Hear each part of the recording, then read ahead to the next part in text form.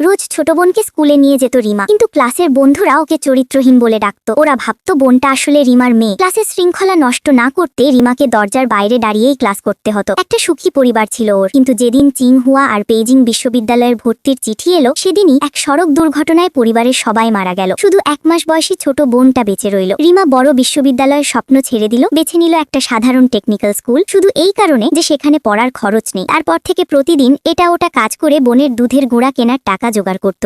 একদিন বোনকে দুধ খাওয়াতে গিয়েছিল, সাথে সাথে মালিক চিৎকার করে উঠল, কাজের সময় ফাঁকি দিচ্ছিস। আর ঘটনাস্থলেই চাকরি গেল রিমার। তবু এত কষ্টের মাঝেও 4 বছর পর ডিগ্রির সার্টিফিকেটটা ঠিকই হাতে এলো। নিজের আর বোনের জীবন বদলে দেওয়ার সামর্থ্য অবশেষে হলো ওর। সেদিন শিক্ষক পরামর্শ দিলেন পারিবারিক সহায়তা কার্যক্রমে আবেদন করতে। রিমা সঙ্গে সঙ্গে ছুটে গেল আবেদনের জায়গায়, কিন্তু কর্মীরা জানালো ওর বাবা মা আর বড় বোন এখনো বেঁচে আছে, তাই আবেদন করা যাবে না। রিমা পাথর হয়ে গেল সেই মুহূর্তে। কর্মীদের দেওয়া ঠিকানায় গিয়ে দেখলো সত্যি বাবা মা আর বড় বোন সেখানে। ওরা স্বীকার করলো মৃত্যুর নাটক সাজিয়েছিল শুধু এই কারণে যাতে বড় বোন রিমার জায়গায় বিশ্ববিদ্যালয়ে পড়তে পারে। আর তখনই রিমা জানলো ও আসলে দত্তক নেওয়া সন্তান, তাই এত নিষ্ঠুর হতে পেরেছিল ওরা। রাগে ফুসতে ফুসতে ভেতরে ঢুকলো রিমা, ভেবেছিল বোনকে ওদের হাতে ফিরিয়ে দেবে, কিন্তু বড় বোন সাথে সাথে করুণ মুখ করে বলল এটা নাকি আসলে একটা পরীক্ষা ছিল। একটুও না ভেবে সপাটে চড় মারল রিমা, আর একটা কথাও বিশ্বাস করবে না ও এদের। তারপর বোনকে পালকি বাবা মায়ের হাতে তুলে দিয়ে সম্পর্ক চিরতরে ছিন্ন করলো। এই মানুষগুলোর পেছনে বাকি জীবনটা নষ্ট করবে না ও। সেই রাতে বোনটা ইচ্ছে করে বাড়িতে তাণ্ডব শুরু করলো, রিমার হয়ে রাগ ঝাড়তে। অল্প সময়েই পালকি বাবা মা টিকতে পারল না, ঠিক করলো বোনকে রিমার কাছে ফেরত পাঠাবে। কাজে যোগ দেওয়ার প্রথম দিনই রিমা দেখলো একই কোম্পানিতে আছে তার বড় বোন। দেখা মাত্রই খোটা দিল